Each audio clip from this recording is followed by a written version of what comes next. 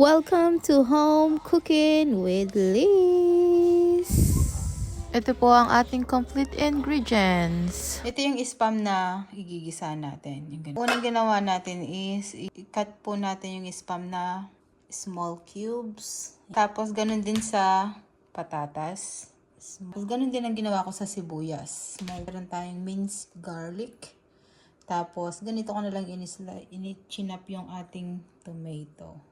Tinamad na ako mag-cube-cube. At yan, kakailangan natin ng vegetable oil. Inuuna ko po lagi yung sibuyas para hindi masunog yung ating garlic. Sunod ko na yung ating garlic. Lalagay ko na po yung ating tomato.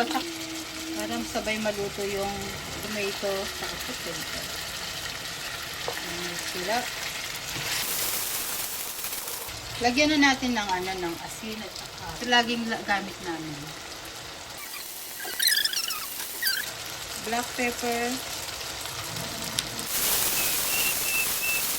Pinain po natin yung ating stove into medium para hindi po siya masunog.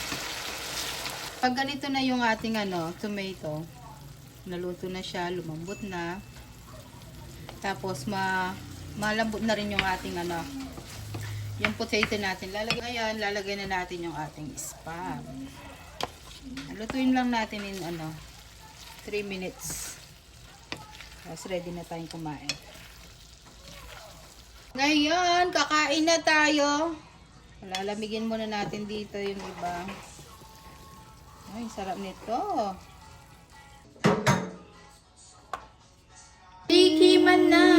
Eto na Ganito po laging ulam namin mga magkakapatid. At 6 kaming magkakapatid.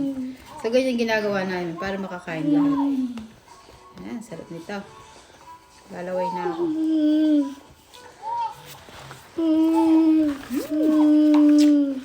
Sakto-sakto.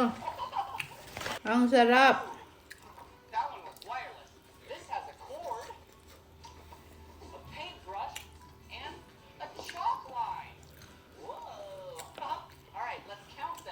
Promise ang sarap. Okay, let's see here. We have one tool.